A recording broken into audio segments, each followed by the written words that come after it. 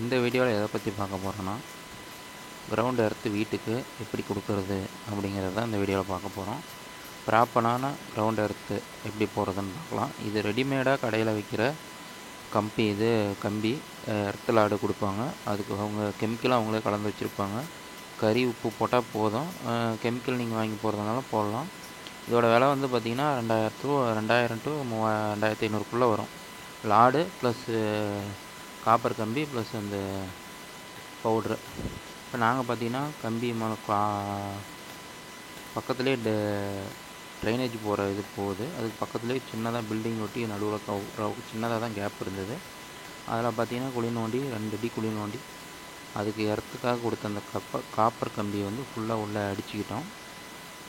ஃபுல்லாக இறக்கணும். நாங்கள் வந்து முன்னாடியே பார்த்திங்கன்னா டைட் வைக்கிறதுக்கு குனிஞ்சு டைட் வைக்க முடியாதுன்னு சொல்லிட்டு கம்மியாக அடிச்சுக்கிட்டோம். பார்த்திங்கன்னா பைப் போட்டு முதல்ல காப்பர் கம்பி 8ஆம் நம்பர் கம்பி இது ரவுண்ட் பண்ணி எஸ்எஸ் போல்டு நட்டு வாங்கி உள்ளே விட்டு டைட் வச்சுக்கிட்டோம்.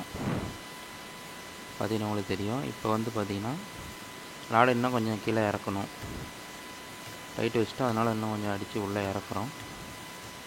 இறக்குறதுக்கப்புறம் பார்த்திங்கன்னா ஃபுல்லாக உள்ளே இறங்கிருச்சு. அப்புறம் இதுக்காக கொடுத்த அந்த கறி உப்பு கலந்த கெமிக்கலை வந்து ஒரு சட்டி 2 சட்டி வர அளவுக்கு உள்ளே கொட்டணும். நாங்கள் கரண்டியில் ஒவ்வொரு கரண்டியாக எடுத்து உள்ளே போடுறோம்.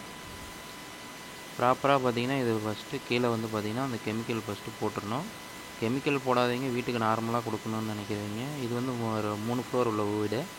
அதனால் ப்ராப்பரான எர்த்து வேணும்னு கேட்டதுனால நாங்கள் இப்படி இந்த மெத்தட் யூஸ் பண்ணோம். நீங்கள் நார்மல் வீட்டுக்கு பார்த்திங்கன்னா கறி நார்மல் நம்ம வீட்டுக்கு பயன்படுத்துகிற கல் உப்பு நீங்கள் போட்டிங்கனாவே போதும்.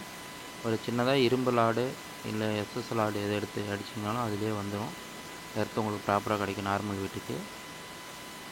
இவங்க வீட்டில் இந்த மெத்தடில் தான் யூஸ் பண்ண சொன்னாங்கன்ட்டு அந்த மெத்தடில் போட்டோம். இப்போ கெமிக்கல் கொட்டி தண்ணி ஊற்றிட்டோம். அதுக்கு மேலே பார்த்திங்கன்னா எம்சண்டு இந்த மணலை கொஞ்சம் கொட்டுறோம். கொட்டிட்டு மறுபடியும் தண்ணி ஊற்றிட்டு அதுக்கப்புறம் பார்த்திங்கன்னா மீதி உள்ள அந்த கெமிக்கலையும் உள்ளே கொட்ட போகிறோம். பாருங்கள், தண்ணி ஊற்றி ஃபில் பண்ணுறோம். தண்ணி நல்லா ஊறணும். தண்ணி உடனே இழுத்துருக்குது. மீதி இருக்கிற கெமிக்கலையும் ஃபுல்லாக அதிலே கொட்டிட்டோம்.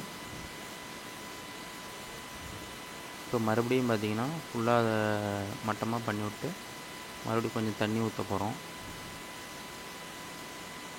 கரண்டியில் ஃபுல்லாக இது பண்ணிவிட்டு இதுக்காக ஒரு 3 இன்ச்சு பைப் எடுத்துக்கிட்டோம்.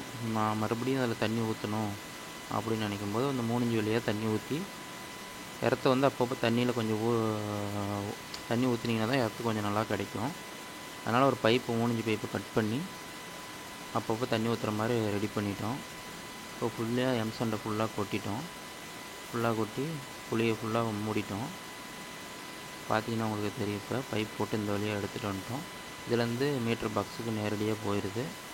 இப்போ இங்கேருந்து ஒரு 2.5 ஒயர் போட்டு இதுக்கு ஒரு எஸ்எஸ் போல்டு நட்டு போட்டு காப்பர் கம்பியோட அதை ஜாயின் பண்ணிட்டோம். இப்போ அதில் தண்ணி ஊற்றி காட்டுறோம் பாருங்கள். இந்த மாதிரி நீங்கள் அடிக்கடி தண்ணி ஊற்றுனீங்கன்னா எர்த்து ப்ராப்பராக உங்களுக்கு கிடைக்கும். நீங்கள் மிக்சியோ கிரைண்டரோ ஃப்ரிட்ஜு எது போட்டாலும் உங்களுக்கு இண்டக்ஷன் ஆகாது. அதாவது எர்த்து அடிக்காது. ரொட்டிங்கனாலும் எர்த்து அடிக்காது. கம்ப்யூட்டர், டிவிக்கு, எல்லா கிரைண்டருக்கு எல்லாத்துக்குமே நீங்கள் பயப்படாமல் யூஸ் பண்ணலாம்.